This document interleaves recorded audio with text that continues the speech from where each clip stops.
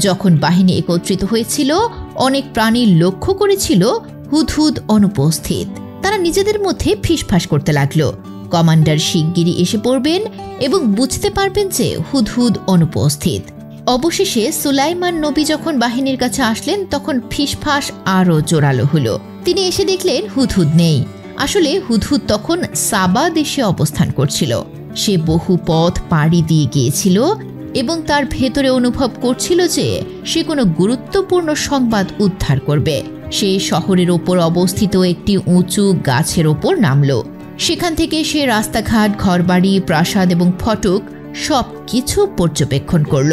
সে কিছু অস্বাভাবিক পরিস্থিতি অনুভব করল। দেখা গেল মানুষেরা যেন কোনো অনুষ্ঠানের জন্য জড়ো হচ্ছে। তাই সে শহরে বসবাসকারী আরেক হুদহুদকে জিজ্ঞেস করল, ও সুন্দর হুদহুদ, দয়া করে বলো এই শহরে কি হচ্ছে?